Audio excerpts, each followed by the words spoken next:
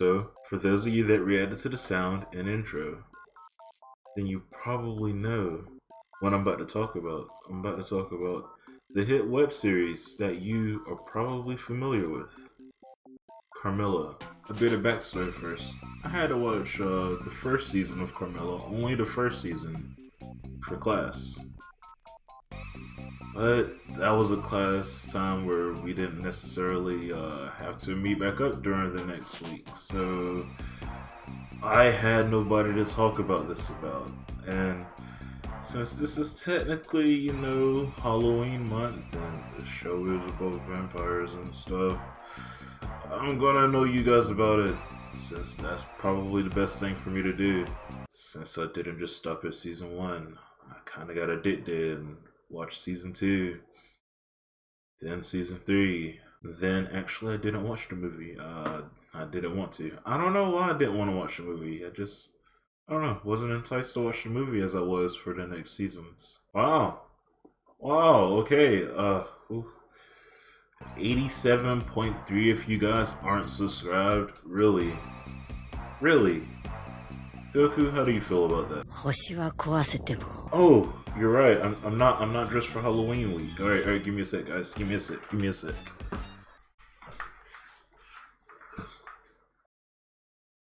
Now, it's Halloween time. Carmilla was originally a book by an author of this name. And the story was originally this girl Laura, I think she's like in her early teens or something. She was very lonely, very to herself. She was a single person, single child.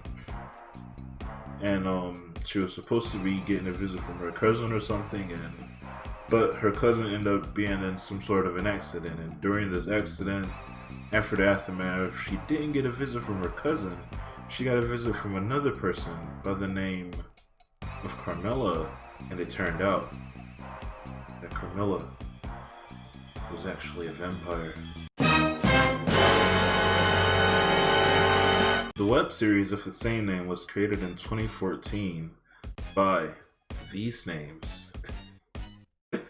The series premiered on Vervegirl TV, now known as KindaTV, and it lasted for 3 seasons spanning from 2014 to 2016 or 2017. The series setting takes place in Silas University, all the way in Austria, where a first-year college student by the name of Laura is doing a journalism project, and in her journalism project, her roommate goes missing, and it becomes this wonderful mystery about what happened to her roommate, where did she go?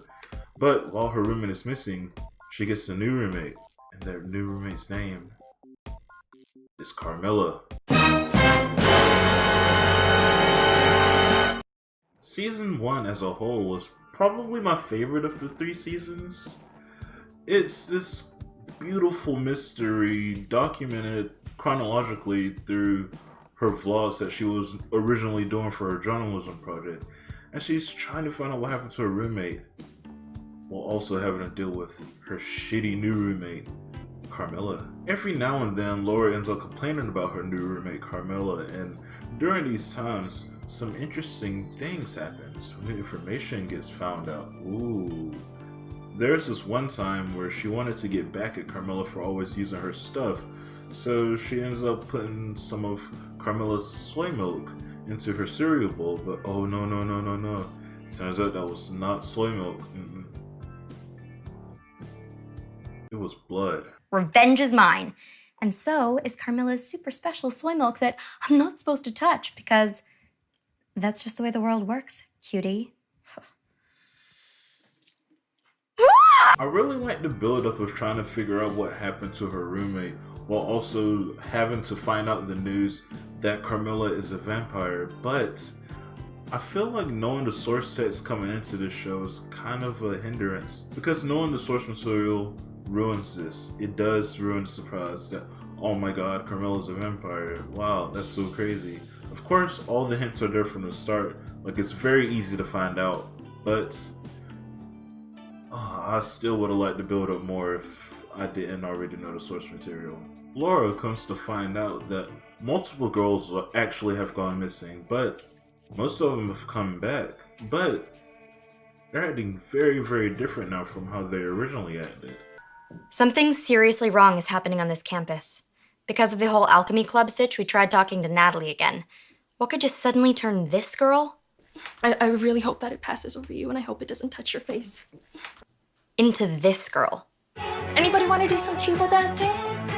And with the help of Perry, LaFontaine, and Danny, they end up trapping Carmilla until they figure out what's going on in this crazy ass university. Also, throughout the time Carmilla has been her roommate, she's been sending out these flirtatious remarks going towards Laura, and Laura, she kind of felt something. She thought something was there, but she didn't know if Carmilla was acting this way because of a ploy to sucker her in to kidnap her as well, or if she actually felt that way. During those 2 weeks, Carmilla ends up breaking down and telling Laura her side of the story, her entire history. And after that, Laura kind of softens up on her, but oh no, it's too late to act because another vampire has come in and has tried to capture Laura and take her. But Carmilla saves Laura. She saves Laura. And then we get the revelation that the dean is actually Carmilla's mother. They end up coming up with some sort of a plan to get this sword to stop the dean from capturing the girls and go rescue everybody. But Laura and LaFontaine got captured, and it was up to Carmilla to come rescue them. And at this point, honestly speaking, Carmilla died. Yes, she fucking died. But because how popular the show probably got after this whole season, she was quickly brought back to life so her and Laura can share that fantastic, sweet goodness, first love kiss. It was actually very lovely. I actually teared up during this moment a little bit, and it was actually the only moment in this series that made me tear up. Season 1 as a whole is the best season, and it has the most to offer to the whole. It's like a YouTube vlog, but scripted around someone's fake life, and added on to the mystery of who, what, and why is Carmilla. She stole the attention anytime she was on screen, yet you barely knew anything about her. Was this voyeurism? Was this simply the other, the uncanny? Who knows? Season 1 definitely should have probably been the end of the series, but because of how popular it is, boom! Seasons 2 and 3. And since they were aware of the popularity of the season 2 and 3 are way more connected than season 1 is to those two. Seasons 2 and 3 aren't inherently bad, like no hate towards seasons 2 or 3, it just turns Carmilla into something that it wasn't at first. It goes away from being this mystery about a girl trying to find out, if this girl a vampire, is she not? Does she have a crush on me? Does she not? It goes away from those sorts of mysteries and becomes more of like a Charmed or like a Supernatural, with like those supernatural type of mysteries, those mystical type of mysteries, with the Carmilla type of recording setup, of course. They had to keep the vlog format, of course, because it's Carmilla. So season 1 ended with them finding out that it actually may or may not be over. But Laura gets the suggestion, hey guys, let's just go on vacation. Like, fuck it, dog. Let's just fucking go on vacation. So they did. Even if it's completely out of character for her and the crew to do so. Since the dean is now dead, the board has to come in and rule the school in her stead. But I think we only know of 2 of the board members, one being Maddie, Carmilla's sister, another vampire, and the other being Baron Vordenberg, a regular ass human who apparently hates Carmilla because she murdered his entire ancestors. So this season kind of begins with Perry walking into shot, blood completely covering her entire body, as she has to explain to everybody that the newspaper club was completely massacred. And once Maddie is introduced, we are meant to believe that it was Maddie that did it. So the entirety of the first half of the second season is to get the power of the board away from Maddie and into someone they can trust. Obviously, it's Baron Vordenberg. Nothing could go wrong with this, but once Baron is into power, he decrees that it's vampire season, and the entire school must go on a hunt to capture all of those goddamn vermin of vampires. Laura, Perry, and LaFontaine now have to hide 3 of their vampire companions away, while Baron and the entire school searches for them so they can get their vampire vermin, goddarn it, and shoot them. Let's just shoot the vampires. Season 2 ends with this gigantic confrontation where Danny kills Maddie, Thea kills Danny, and Laura kills Baron Vordenberg, because if she doesn't, he would have killed Carmilla. After this, though, there's no time to celebrate because they had to go into hiding, because this situation has become way too much to handle. The biggest complaint I had of this season was Perry. It felt like her character was stagnant, like it just refused to grow for no possible reason at all. But it all made sense towards the end, when you are to find out that the Dean is still alive, and that she has taken over Perry's body. At the end of the day, Season 2 was okay, but it was only a prelude for what's to come in Season 3. And in Season 3, everything gets thrown at the wall. Season 3 starts off with them living in the sentient library, hiding away from the outside where the Dean has taken back control of the school. She plans to open up the 7 gates of hell and destroy all humanity on Earth, all life. Laura was in this I've given up on trying kind of state for the first half of the season, because she feels like everything that had happened till then was her fault, and in my opinion, it kind of was. Like, everything good and bad that happened from her trying to find out what happened to her roommate was her fault.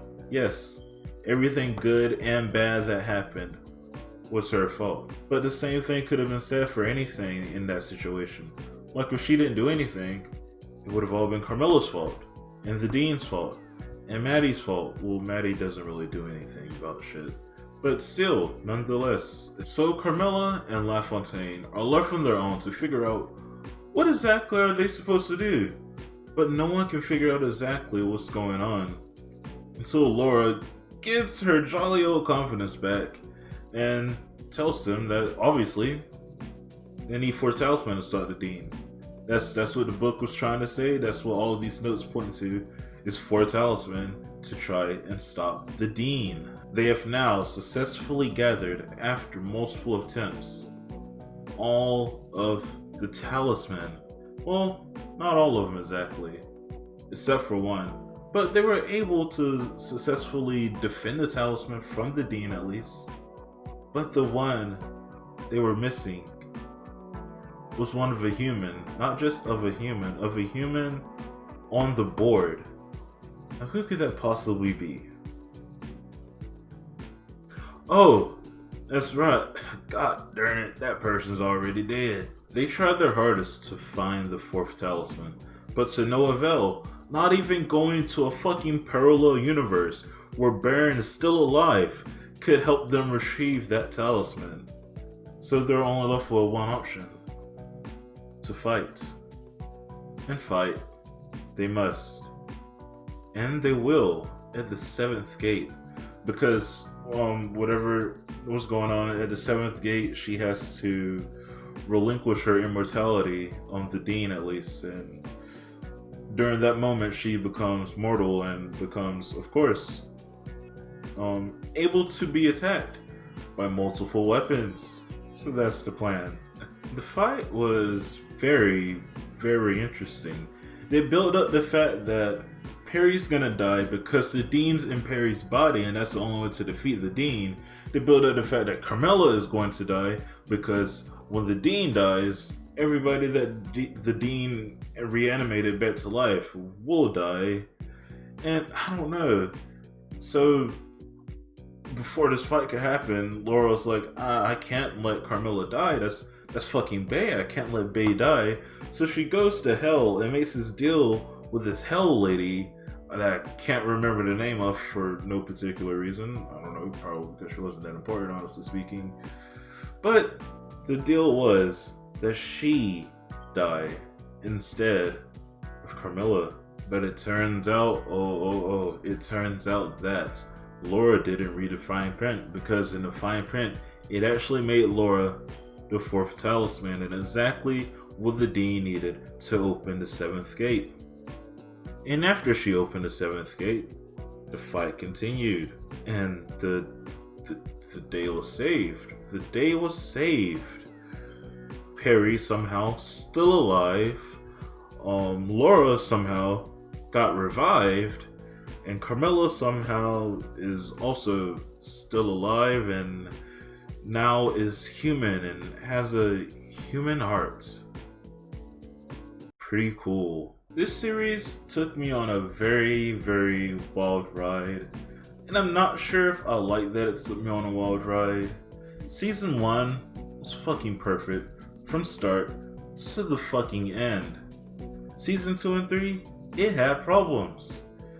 And one of those very problems was Carmilla and Laura's relationship. It felt like forced problems, forcing them to have some bickering going on to stagnate their relationship, because obviously the goal of the series to end is for them to finally come back together and be this perfect united couple, as they did at the end of season 1. And why did they bring Laura's father there for a couple episodes? Like, I don't get it. Like, I know I'm not the target audience for this in the fucking slightest, but look at me. I'm definitely not the targeted audience. I have a fucking beard. But, oh man, I cannot be the only one that thinks like this. I cannot be the only one that thinks like this. Like, even for things like Stranger Things, I also have the opinion that the first season was supposed to be the only season of the series if it didn't get that popular. Like, that would have been perfect, just like Carmilla would have been perfect if it was just the first season. Even from a production standpoint, I think season 2 and 3 had a better budget. That's why the production was a bit better, but I also think the production being better made it worse than season 1. It made it feel less personal, if you would ask me.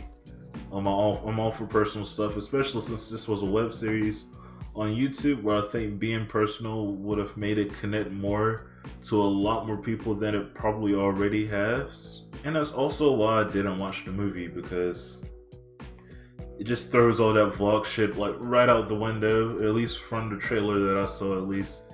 Just throws all that out the window and it's like, hey, yeah, this is just a fully budgeted movie now. You're welcome. We know that's what you wanted. Here you go. But on a more positive side, I can see why something like Carmilla rose to popularity within like 2014, like mid 2010s YouTube. Not only did it help people awaken and feel comfortable with their sexuality, with themselves exactly, but it also has amazing characters. And this is something that all good shows have, i.e. I'm going to point at Stranger Things again, something that also should have stopped at season 1, but it's okay that it keeps going because these characters and their relationships with each other are fucking fantastic, and I will see them in any situation possible. My god, why is Steve Harrington so fucking hot? No, I'm kidding. I'm kidding slightly. But yeah, just good characters drives the show, even if the story is completely shit. Even, like, Carmilla's not. Stranger Things are not. Please don't come at me. But even if the show is shit, as long as the characters and their dynamics with each other are great, it doesn't matter how the show turns out, because characters can make a show, but the show cannot make the characters. Oh, that sounded cheesy. That 100% sounded so cheesy. But good on you, KindaTV, formerly known as Vervegirl TV, for doing something like this and it actually paying out for you guys. Whatever you guys make, I actually, you know what? Let me stop it right here. I actually want to see if you guys can possibly make it back to popularity as Carmilla did. Because, I don't know, like, I kind of think Carmilla was a one-time thing. I don't see anything on your channel that has as much numbers as Carmilla does. So personally, I would think that was a one-time thing. If you guys could possibly do that again, I would clap it up for you guys, honestly speaking. I would clap it up. But if I'm wrong, guys, please let me know, because I am ignorant sometimes of these situations. So please let me know. And I would gladly take that statement back. But KindaTV, if you're looking at this, please make a good show. And while you're making that good show, make it popular. I'd actually really like to see that. Like, seriously. But with that being said, this has been your boy, ScooterTube, signing out with some important Halloween aesthetics going on. Ow, goddamn it. Halloween aesthetics. Bye. Say bye, Goku. 俺は地球から貴様を倒すためにやってきたサイヤ人。